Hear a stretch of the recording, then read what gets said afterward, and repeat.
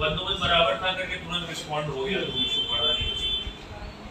लोगों ने भी उनको रुकाया ना, उन्होंने मारे, उन्होंने मारे। चलो इधर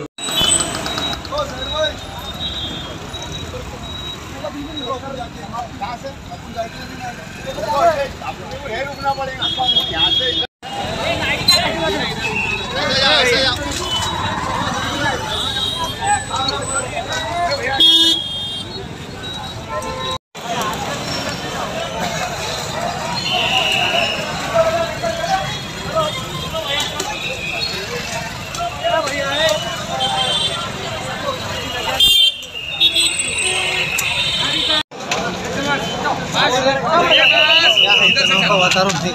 क्या दिखा रहा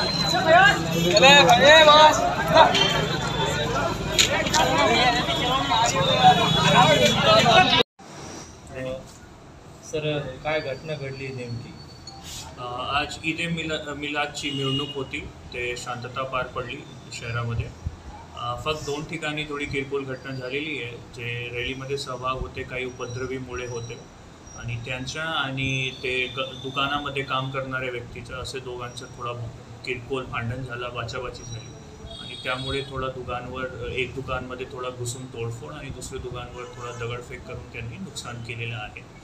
हा घटना अनुषंगाने 2 FIR दाखल आहे ऑलरेडी आणि जे लोक इन्वॉल्ड होते त्यांच्यावर आपण कायदेशीर कारवाई करणार।